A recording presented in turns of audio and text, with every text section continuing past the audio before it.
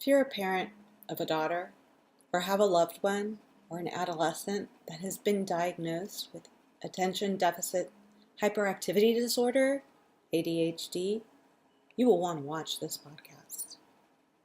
My name is Melissa Correll. In Volume 1 of my series, I look at ADHD and eating disorders and why I believe that both coexist, why I believe the disorder is most likely to coexist for those who have been diagnosed with ADHD already, especially adolescent girls. I will have a short Q&A at the end of the video cast and possibly answer your questions. I have a short time. So what is ADHD? ADHD is short for Attention Deficit Hyperactivity Disorder, according to the DSM-5, which is a manual used for mental health professionals to diagnose mental disorders. The DSM-5 describes both ADHD and eating disorders. ADHD in the manual says it's someone with a persistent pattern of inattention or hyperactivity which interferes with the ability to function in daily life. The ability to focus, distracted, forgetful, that's ADHD, and just has a hard time managing to get through the day, whether a child or an adult. The same manual describes eating disorders, but in 3 subclasses, and I'm going to, for all intents and purposes, I want to classify them not individually, but as a group together as an eating disorder, as so did the research studies I explored. But to describe to you really quick what an eating disorder is, it's 3 subcategories: restriction of dietary intake and energy, which is anorexia, for the reason to stay thin, multiple reasons, but control. 2, bulimia nervosa, recurrent episodes, binge eating, and purging, and then the 3rd is unspecified. And a lot of times now binge eating falls into that, disordered eating, where someone is hyper-focused on being gluten-free when they really don't necessarily need a gluten-free diet, paleo diet, exercise, just hyper-focused, but really doesn't fall into the class of the other prior 2. So, with that being said, I want to share with you that 20 million women, 10 million men suffer at some point in their life from a significant eating disorder. Research uncovered that individuals with ADHD do have a great risk for developing an eating disorder. I share this from a personal standpoint, but also want to dive into some of the scientific research. In 2007, Harvard Medical School found girls with ADHD and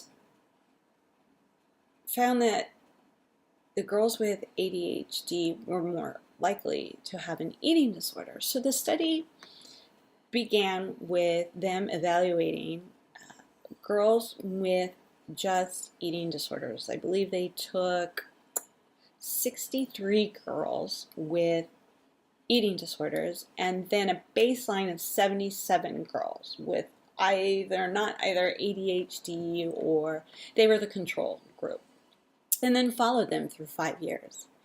And at the end of the 5 years, 2 board-certified child psychiatrists and 1 adult psychiatrist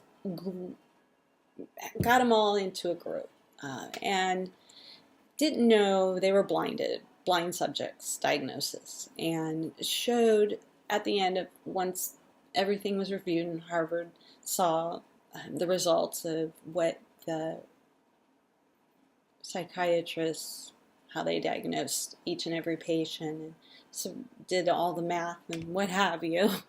The results show that ADHD girls were 3.6 times more likely to meet criteria for an eating disorder throughout this whole follow-up period than those without ADHD.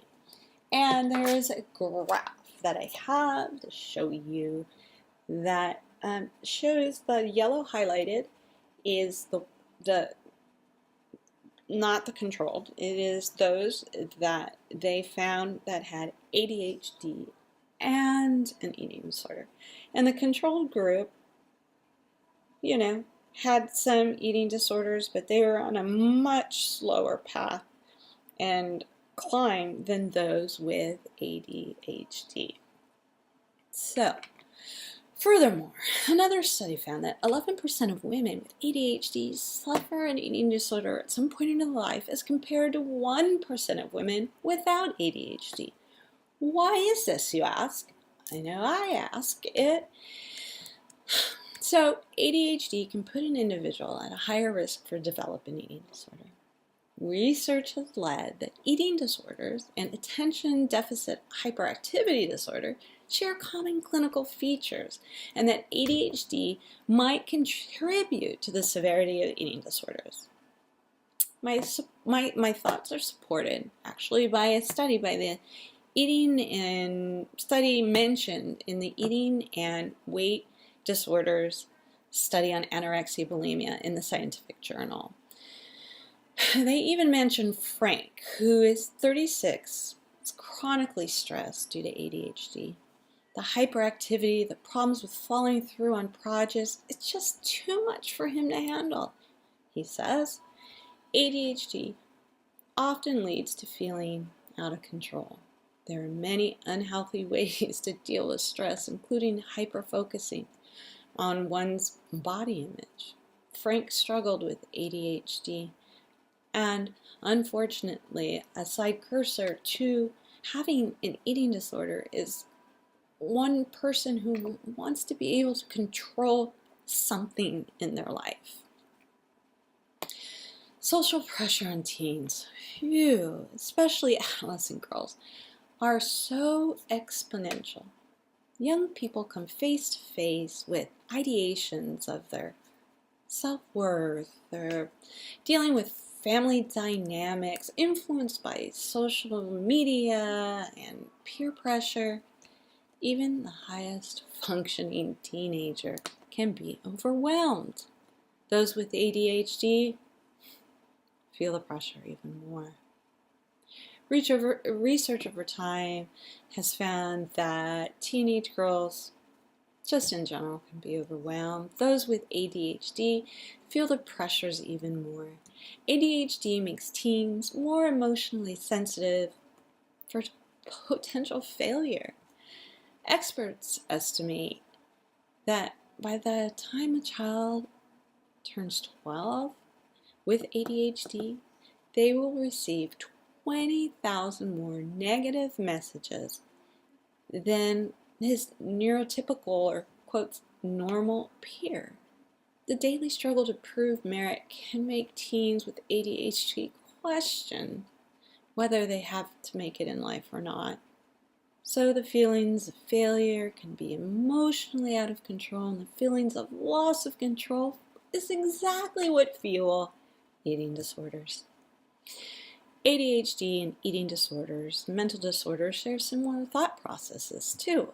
And it is important to understand the parallel between the two conditions. ADHD is often characterized by problems with self-regulation, jittery movements, just staring into outer space, and the lack of awareness of internal states, maybe even such as hunger or emotional cues. Anxiety, one study reports subjects often miss meals due to lack of awareness of their own hunger. They often miss the cue of feeling full at times too. All in all, parents and those who have loved ones with ADHD should learn as much as possible about disorders so that treatments are possible.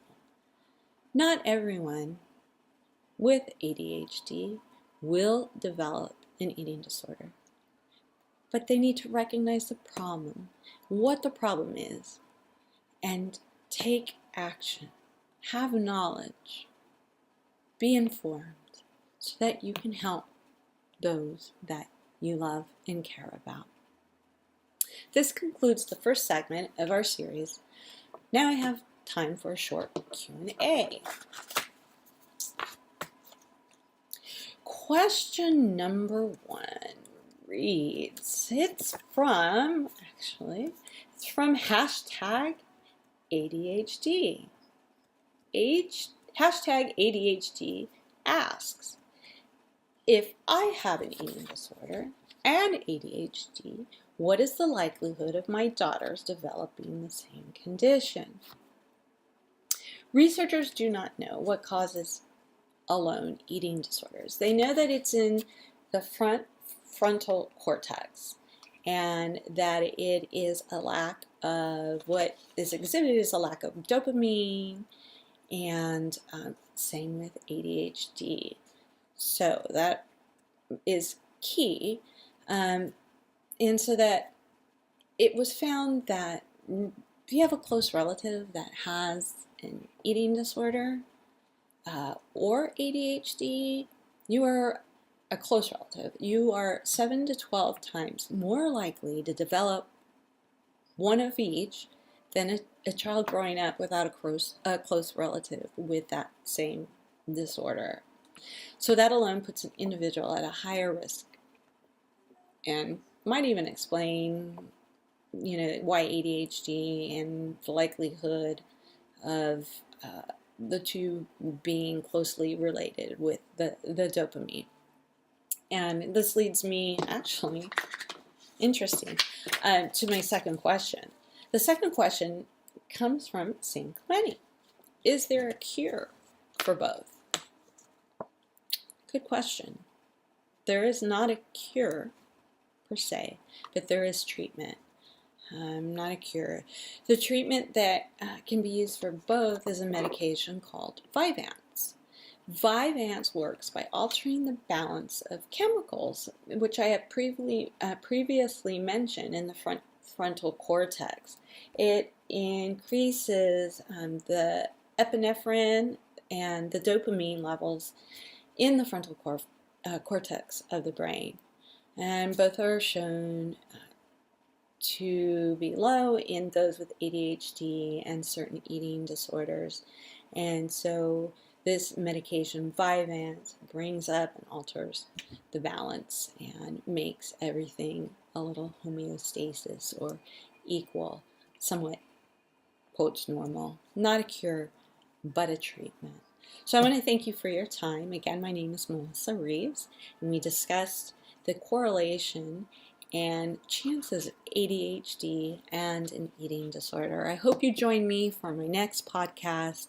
I look forward to seeing you soon. Take care.